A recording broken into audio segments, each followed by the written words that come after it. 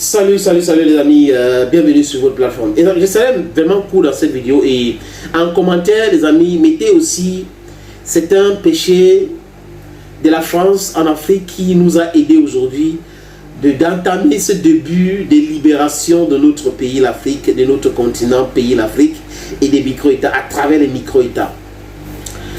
En 2010 en Côte d'Ivoire, je me rappelle de faire, maintenant vous pouvez ajouter d'autres erreurs que la France et l'Occident a commis pour que ça ouvre les yeux à la jeunesse africaine aujourd'hui qui pensait voyage, danse la nuit, église.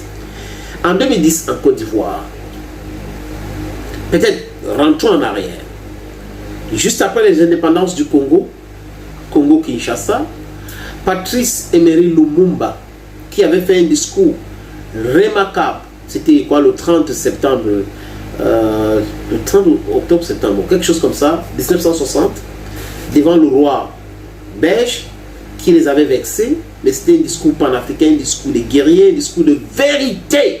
Les amis, on a fait quoi? On a tout fait pour éliminer notre héros Patrice Emery Lumumba. Voilà, j'ai dit Thomas Sankara, c'est Patrice Emery Lumumba. Parce que Patrice Emery Lumumba a voulu une confédération en Afrique. Il avait discuté déjà avec Kwame Nkrumah. Et on a vu ce qui s'est passé avec Kwame Nkrumah aussi. Il a été enlevé au pouvoir parce que ses idées étaient très nocives pour les Occidentaux. À chaque fois qu'un président africain pense la libération de l'Afrique, il devient l'homme à abattre et quelqu'un de très dangereux. C'est pas fini les amis. Non, c'est pas fini. La suite, c'est quoi? C'est que, juste après les indépendances, M. Olympio, Sylvanus Olympio, veut sortir de la zone franc CFA, comme Sékou Touré.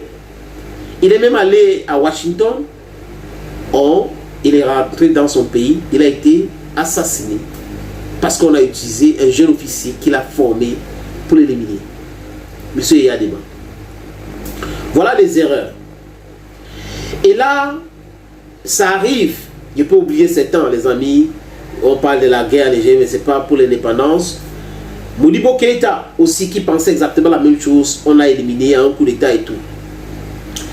Et les Africains sont restés là, la peur dans le ventre, et dans les années 80, un jeune arrive, courageux. Je parle de l'Afrique subsaharienne, Thomas Sankara. Avant lui, Kadhafi avait enlevé le droit Idriss au pouvoir en Libye. Et Jerry Rawlings avait fait un coup d'état intelligent au Ghana. Donc on commençait à voir Kadhafi, Jerry Rawlings et Thomas Sankara. Mais Thomas Sankara, il avait un oratoire vraiment très poussé, il était quelqu'un de très professionnel, il parlait très bien.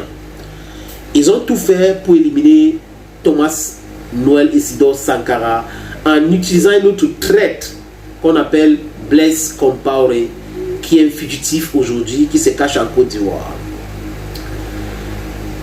Les Africains ont commencé à avoir peur. En 88, c'était le pleurs partout. Et là, les amis, on a commencé à se poser beaucoup de questions. Beaucoup de questions. Et ça a commencé à révolter beaucoup d'Africains qui se posaient des questions. Pourquoi?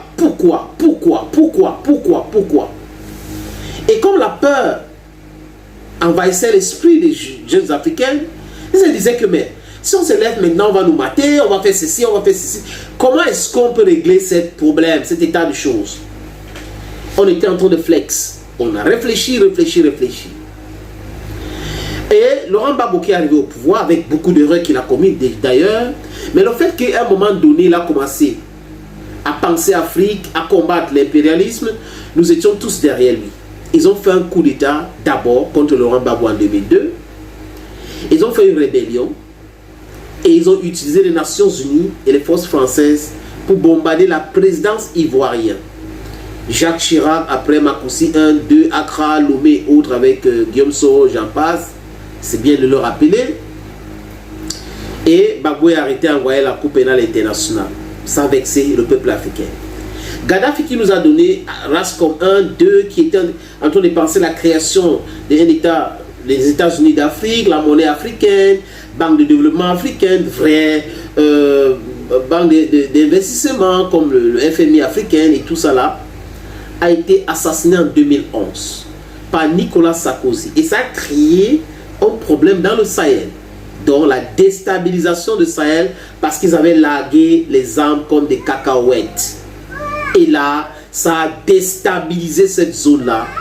Et François Hollande est arrivé avec ses forces Barkhane et tout ça là, pour frapper sur les colons des djihadistes qui descendaient sur Bamako, alors que c'est eux qui étaient derrière.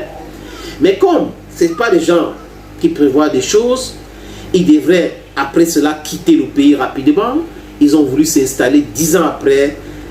Ça nous a aidé à voir qui étaient vraiment les sponsors des djihadistes, de ce groupe de drogués qu'on appelle MNLA et les autres, les amis. Et boum, il y a une nouvelle série qui arrive. Assimi Goïta, force spéciale, qui découvre que la France n'est pas saine derrière l'insécurité au Mali. Et ils ont réagi. Au Burkina Faso, Damiba arrive, on constate que Damiba s'emporteront. Après, Ibrahim Traoré s'avexe la France, les services des frères français n'étaient pas au courant. Au Niger, exactement la même chose. On chasse la France, on chasse les missions de Nations Unies, on chasse tous ces gens-là. Voilà, si vous regardez bien les amis, les différentes erreurs de la France. Et je n'oublie pas de vous signaler que le fait qu'Emmanuel Macron était venu au Tchad pour installer le fils Déby au pouvoir, c'est encore une autre erreur géostratégique de la France qui pensait que nous étions à l'époque où la France pouvait nous bluffer, imposer des choses et on devait rester les bras croisés. Et coup d'État au Gabon. On comprend que la France a diligenté cela. C'est pour cette raison que la France n'a jamais condamné avec la même énergie ce que la France a condamné au Mali, au Burkina Faso et le Niger. Et la France, avec Emmanuel Macron, était toujours dans l'ancien logiciel des sanctions, des pressions. On va utiliser la CEDEAO, on va contrôler, on va faire une intervention militaire. Et cette France-là était très loin d'imaginer que les choses avaient vraiment évolué en Afrique. Et les amis, c'est ça, les amis, qui les a mis en difficulté. Voilà quelques erreurs de la France qui nous a été bénéfiques. C'est à nous maintenant, les amis, chers camarades, de capitaliser sur tout ce que je viens de dire là, oui, pour nous libérer de façon durable. C'est possible tout de suite, si tout le monde est concentré, si tout le monde entre dans ce combat-là, et si vous ne pouvez pas, par l'effort, par vos actions, les partages simples des vidéos, les commentaires, les likes, ça aide à vulgariser, à conscientiser les gens qui ne vont pas être dans la guerre communicationnelle. Nous tous, on ne peut pas avoir les mêmes outils pour amener cette guerre communicationnelle comme nous sommes en train de faire aujourd'hui. Nous le faisons, les autres peuvent nous suivre en partageant, en appliquant tout simplement ce que nous sommes en train de faire. Les différentes alertes que nous lançons, c'est utile pour protéger ceux qui sont au devant de la scène aujourd'hui, qui sont des leaders, qui sont là comme la lumière, n'est-ce pas les amis, pour la libération de l'Afrique d'aujourd'hui. C'est possible, c'est faisable, restons unis. You understand? One love. I think this is it, yes, one love.